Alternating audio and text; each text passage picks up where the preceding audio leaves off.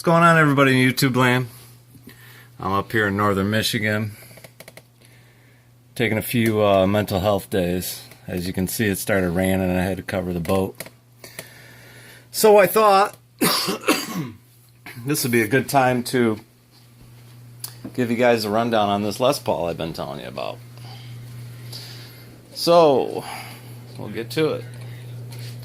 So again, this is a Les Paul. This is a Devlin DV400. These are made by Samick in the Korea factory. If you know anything about Samick, this is the same factory that all the Korean PRS that everybody loves. They're coming out of the same factory. This is a really great guitar, and I've actually looked them up online. You can buy these for pretty cheap, man. I mean, really cheap, really, like under 200 bucks, like next to nothing. And I can't promise you that every single one of them is going to be fantastic like this one, but I wouldn't doubt it, because I'm guessing, you know, the story kind of goes like this. Epiphone calls them up and says, "Hey, Samick, we want, you know, however many Les Paul customs in black." And then Samick, they set aside the ones they want for themselves, and then they put their name on it, either Samick or Devlin. And I'm guessing they probably set aside some of the best ones. So, first thing you guys mentioned the first video was everybody said how much they like this headstock better than the Epiphone, and I do too. Although the string pull is fucking terrible. Terrible. But it's, now I've got the Wilkinson roller bridge on it, and this sucker is staying in tune. It's all smudged up and dirty because I was going to change the strings on it, and I ordered some strings. I use the Elixirs just because I like the way they feel, not because I have any rust issues or anything like that. But I ordered the Polyweb. I ordered this set. They're supposed to be heavy bottom, light top, however you want to look at it. And I ordered them in Polyweb, and of course Musician's Friend sent me the NanoWeb. So I don't know, I might string it up. I haven't had a lot of luck with the NanoWeb. Seems like the coating falls off. I mean, I've been playing this guitar every day, multiple times a day since I got it, and the coating's not coming off on this. But anyway, back to headstocks. I wanted to show you guys something I found. Excuse me, kind of got a cough here, smoking too many cigarettes. I got this book from somebody. Got me this book. It's really cool. If you can find a copy, it's a very cool book. It has all the different guitar companies. It's got a huge section on Gibson, but it's got Aria in there, PRS is in here, all kinds, Magnatone, Jackson, Ibanez, Harvey Thomas, just all kinds of different guitars. But I wanted to show you something because I saw this, caught my eye the other day when I was thinking about headstocks from the comments you guys have made. This looks like a mod that another YouTuber did a while back on his Dean. He had a Dean, and this is another Gibson just for example, but he had a Dean with that type of headstock, and he did this modification, and I thought that was the coolest thing because it gives you a perfectly straight string pull. He's a real popular YouTuber. He's a groovy guy. You can see his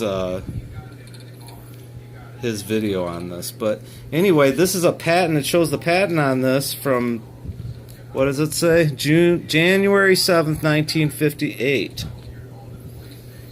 I don't know if I can focus in on that or not for you guys. But anyway, I don't think it was necessarily the patent just on that headstock, but it was a patent on this model guitar. But that I've been thinking about that modification. Although I don't like the idea of having a bunch of shit in the middle of my headstock, you know. So I don't know, we'll see. It's staying in tune, so I got no complaints. So anyway, back to guitar. This is, again, it's a Devlin DV400. We'll start at the headstock. Grover locking tuners. This is all factory. Binding all the way up, around the headstock, down the neck, rosewood, fingerboard, and this is a maple neck, which I'm really digging the maple neck. My other guitars did not have maple necks, I guess mahogany or whatever. I do a lot of neck bends, so I got my one guitar, the neck is really super active on it, and it still stays in tune, but this is a lot harder to do neck bends, but I still, man, I really dig it. This thing is just solid, solid. So, again, 4 or 5 layer binding, both sides. It's a Les Paul custom, you know. And I would open that up. I did put the EMG 8185s in, and as you know, you get the solderless kit in it. It's a really clean install. I didn't change the switch because it's got a great switch in it, very nice and quiet. What else did I do? Put the roller bridge on, put some gold top hat knobs on, dress it up a little bit. The original pickup sounded great, and the electronics, if you go back to the other video, I show where I've got the control cavity opened up, and they did a really nice job on wiring it up. Very clean. So, what's it sound like? It sounds like a Les Paul with EMGs in it. But let me plug in here, and I'll give you guys a little sound sample.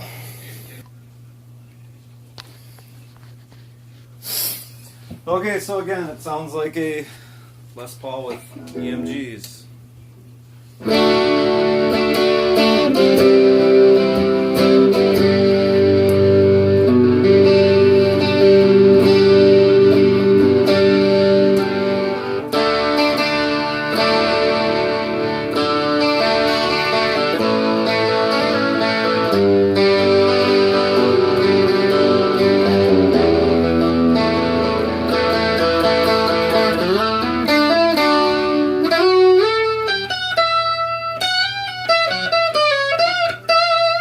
The wrong solo. Anyway, so it sounds like a Les Paul with a... I don't play a lot of cleans, so let me dirty it up here. And forgive the crappy tone. I just got a couple of practice amps. Normally it's 2 Carvin X100B hot rod heads with a super overdrive. Although I ended up getting a MXR full bore metal, and I like it. It's I guess it's kind of for the metal guy, but I like it because you can get a really nice overdrive on it, and it's like a supercharged overdrive, you know, so you can really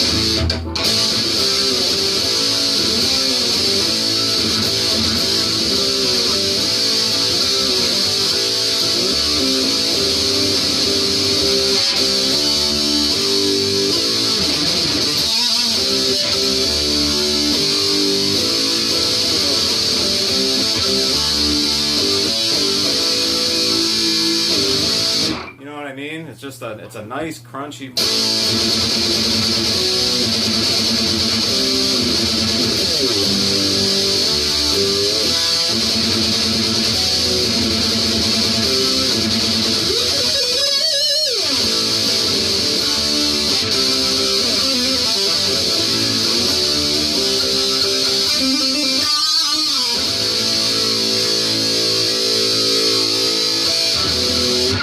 Just nice, and it's also that gate on it. That it's got a gate, and it's a really. I mean, it really, and you can. It's adjustable. The gate is adjustable, so you can, you know, like I guess maybe by the millisecond or whatever, you can adjust it to how quickly it kicks in. Like I've got it pretty tight right now. That's. I mean, it's nice, you know.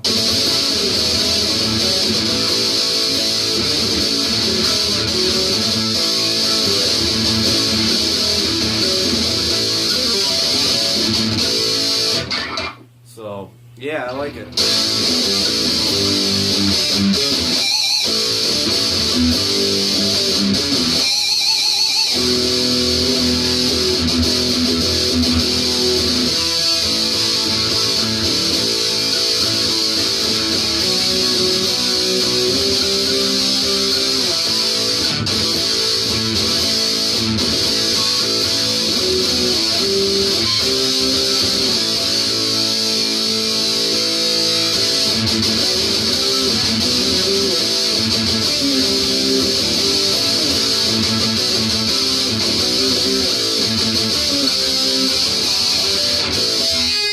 Anyway, so there it is, man, and I recommend it highly. The Devlin Les Paul.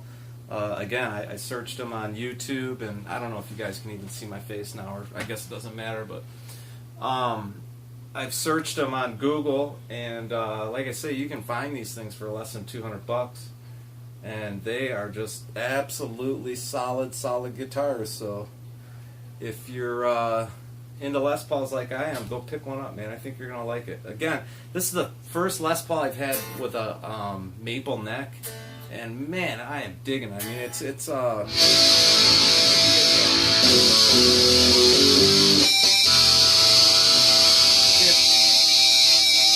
much harder for me to do neck bends, but I like it. I don't know. It's something about it. It's just really solid. It's really solid, and just it feels great to.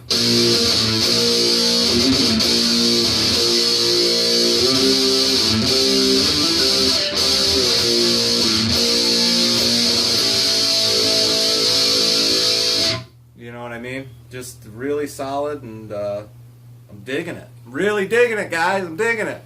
So, yeah, go check them out. Nice guitars. Hope you guys enjoyed it. If you have any questions, leave them in the comments. All that good stuff. Oh, you know what? I got to, one more quick little shout out once again. For those of you who don't know him, go check out Burt Cocaine, and check out Elmo Beat too. He's a good dude. I don't know. I'm not going to do a bunch of shameless plugs in this video, but some people in the community have been doing me some favors lately, and I just want to let you guys know how much I appreciate it. So anything I can do to help you guys, drop me a line. Take it easy, guys.